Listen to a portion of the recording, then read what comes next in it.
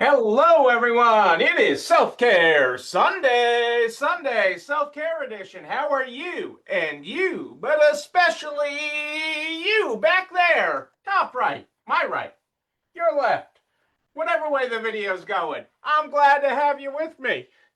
I am so glad to have you here this night, this last day of May.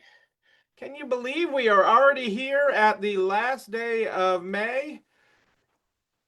I can't believe it. Let me see if I can get my other screen up here. Come on here, computer. There we go.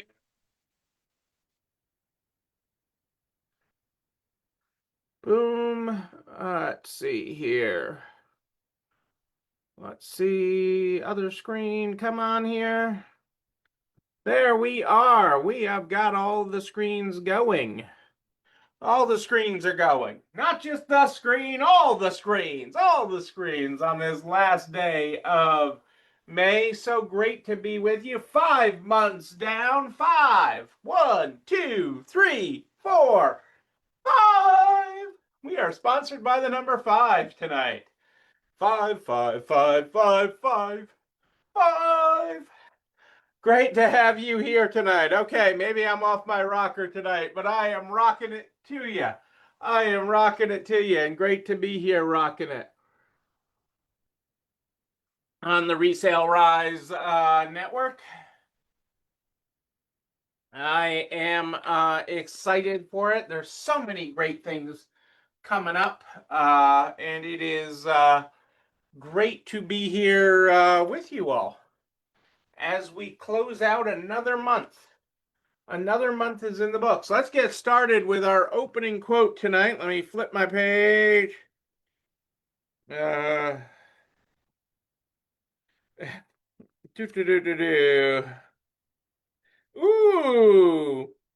When the whole world is silent, even one voice becomes powerful. When the whole world is silent, even one voice becomes powerful. And it does. That is why I do so much small business advocacy. Because that one voice, all they have to do is be that one person at the table that says something in a certain way that just clicks, that just clicks. When it clicks, when it clicks, it sticks, and that idea leads to better policy and better growth, and that is something we are all that is so incredibly important for all of us. So that is great stuff. So that is great stuff. It is indeed. It is indeed on this Sunday night. Well, it is exciting to be here at the end of May. And today is literally the end of May. I had some stores saying yesterday, and I'm calling them out today. I'm not calling them out by name, but I'm just saying that yesterday was, or actually even had some on Friday say that it was the last day of the month. And no, today is the last day of the month. Today is the last day of the month. And so if you are closed on Sundays, and it's not a, you know me, if it is not a bona fide religious reason, if it is for your own convenience because you don't want to work it, then you are losing out on 52 days sales. 52 days sales if you are closed. So I just mention that because I have to. Because I have to. I wouldn't be doing my job if I didn't mention that. Um, and there's really a lot of exciting things happening in resale. So as you look back on May's sales, okay, we are looking at May's sales and the month of May that just happened. And I'm always most concerned about profitability. The top number on an income statement, the actual sales, the top number is how hard you worked. How hard you worked is that top number. Okay, that bottom number is how smart you worked. That bottom number, that income number at the bottom is how smart you work. And we're looking for growth number that is greater than 10% this year. That is what we're shooting for. And depending on your market mix, whether you're clothing, furniture mix, um, you know, depends on how much over that percentage I'm looking for. But I'm at least looking for double digit gains. And really, what I'm seeing out there is 15% is achievable this year in growth. Um, but you need to be working it. And but when I say that, that doesn't have to mean on the month. So I don't want to depress you either, because that can mean on the quarter. That can be, you can be 10% up for the quarter. There's a lot of noise in, what I call noise, okay, in a week, a day, a month's figures, okay? But in resale, it really levels out over the quarter. Over the quarter, it totally levels that out and is you should see those gains over that. If you're not, we need to look for what's wrong. There was a store I worked with this week that was not hitting their inventory targets for incoming, and that is why they were not where they needed to be. Okay, they weren't getting to where they needed to be because they weren't hitting their inventory targets. They didn't have enough inventory to the floor. So, we have to look at those things when you're not getting the results that you want. We have to look to the why and we look inside. We look for the internal factors. Over time, we look at the internal factors. And that's sort of the noise. The noise is the external factors, the things that naturally happen. It rains, it snows,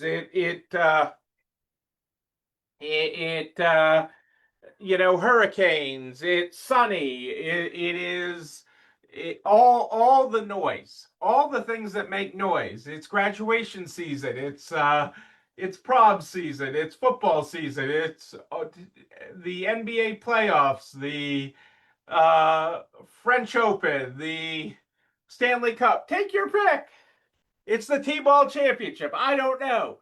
Take your pick. All that is noise. It happens. Sometimes it happens in this month. Sometimes it happens in next month.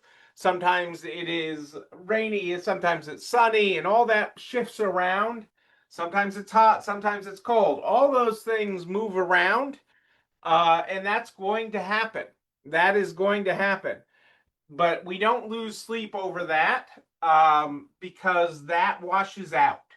Okay, that noise washes out over time. Sometimes it happens in May, sometimes it happens in June, sometimes it happens in April. That's why I focus on the quarter and where we're trending for the quarter. But usually, when we're off to a significant degree, it actually is the inventory.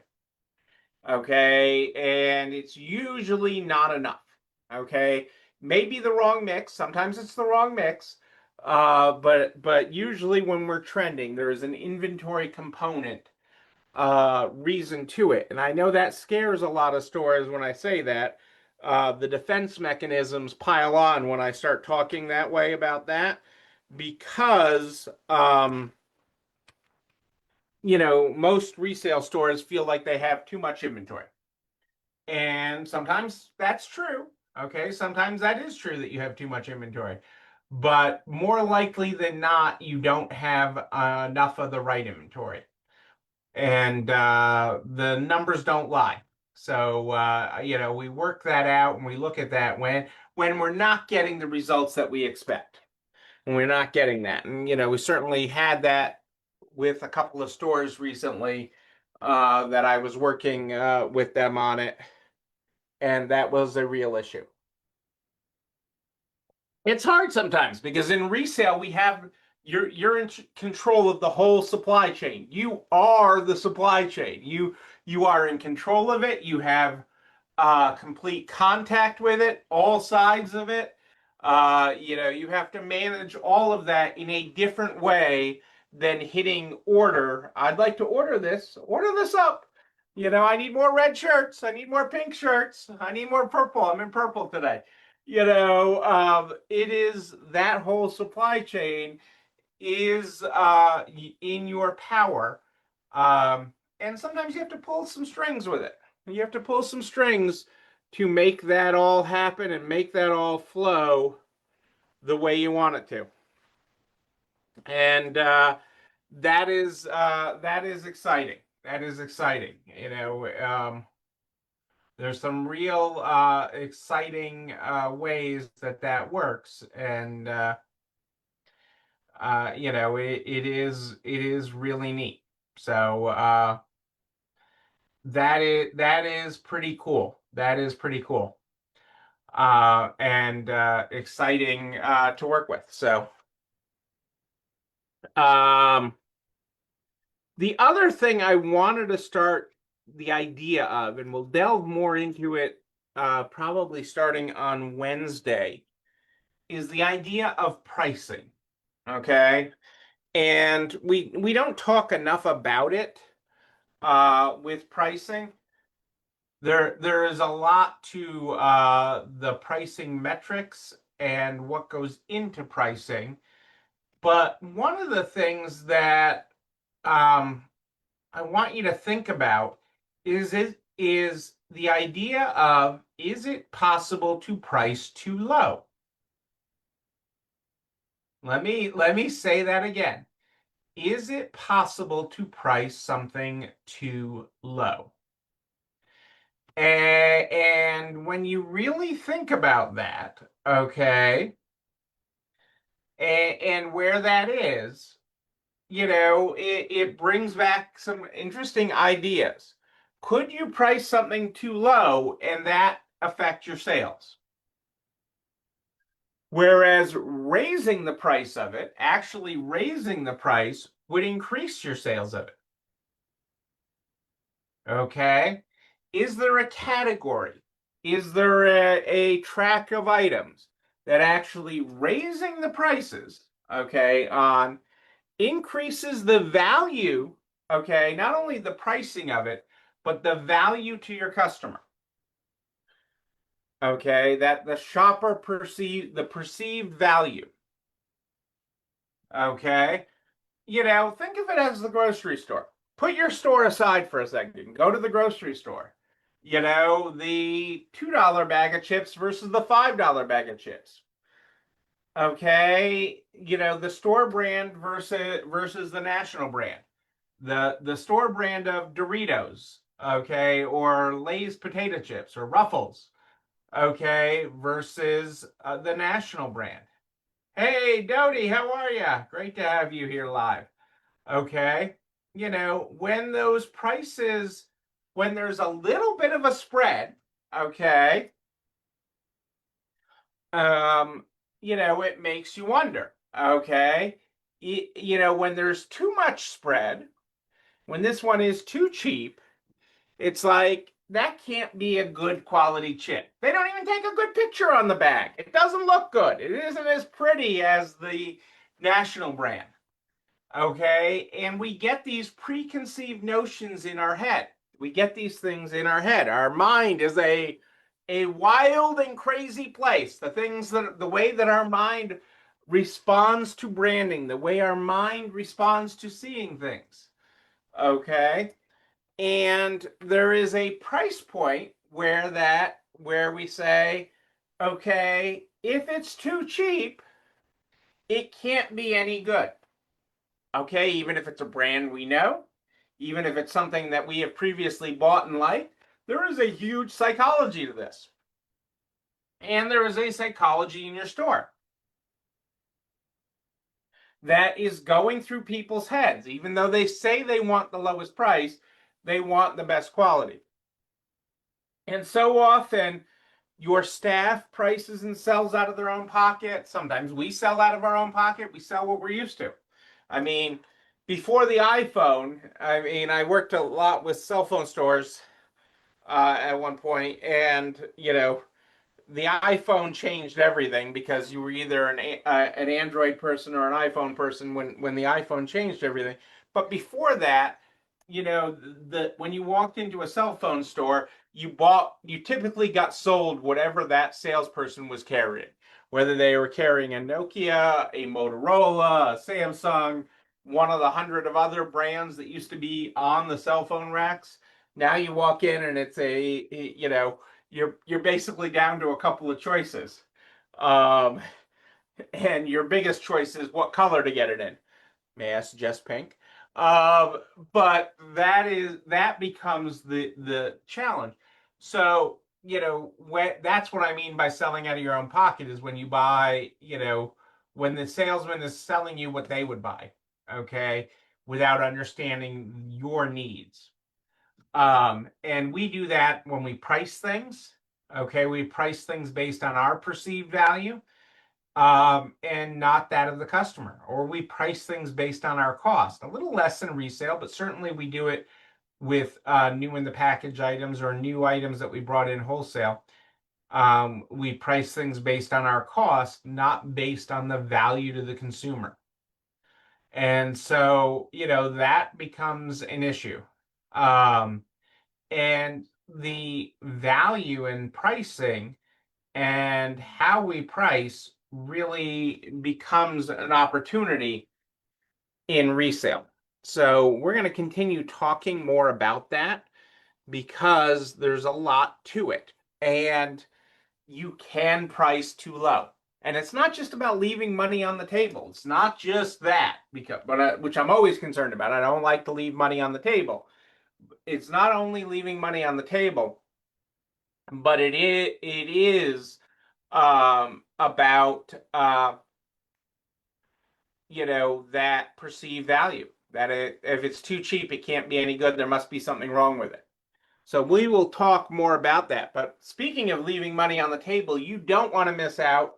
The discount pricing on Resale Rise ends tonight or ends tomorrow. I forget when the time actually clicks over on it, whether it's midnight tonight or sometime tomorrow that the website updates. But that update will go through, and you will miss out saving uh, uh, on that. Oh, the pink origin story. That's a great topic, Dodie. That's a great topic. I've been meaning to do a blog post on that because that is a great topic. How I ended out being the pink guy. There's a couple of great stories that came into how pink became my color. It was not an original thing. It was decided by the people. It was decided by the people. But don't miss out. If you have not signed up for the all new Resale Rise, go to the Resale Rise website, resalerise.com. Click on the monthly membership and sign up tonight. You won't be sorry. Got a lot of great new content that I'm recording the end of the week. June's a big travel month for me. June and July, actually. So it starts and it really kicks off starting tomorrow. But I will be recording a bunch of new lessons later this week.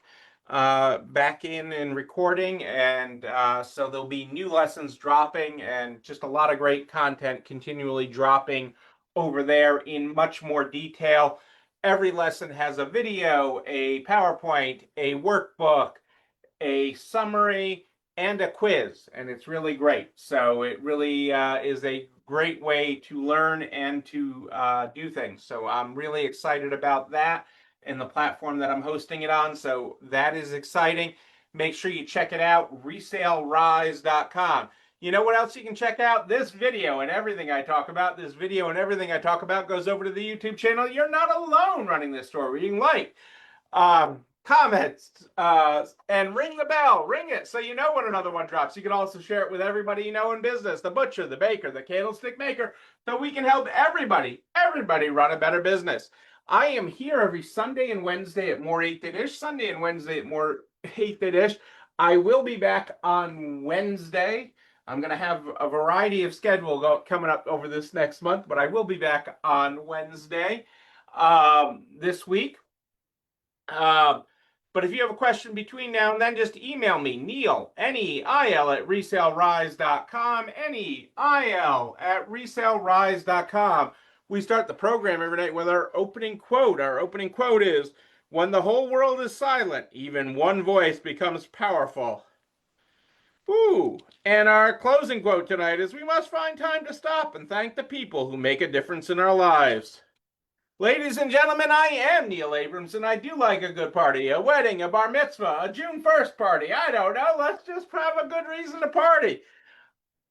But until then, and until Wednesday at More 8 Than Ish, know that you, but most importantly you, yes, you're not alone running this store. Have a great night, everybody. I'll see you, yes, you, on Wednesday.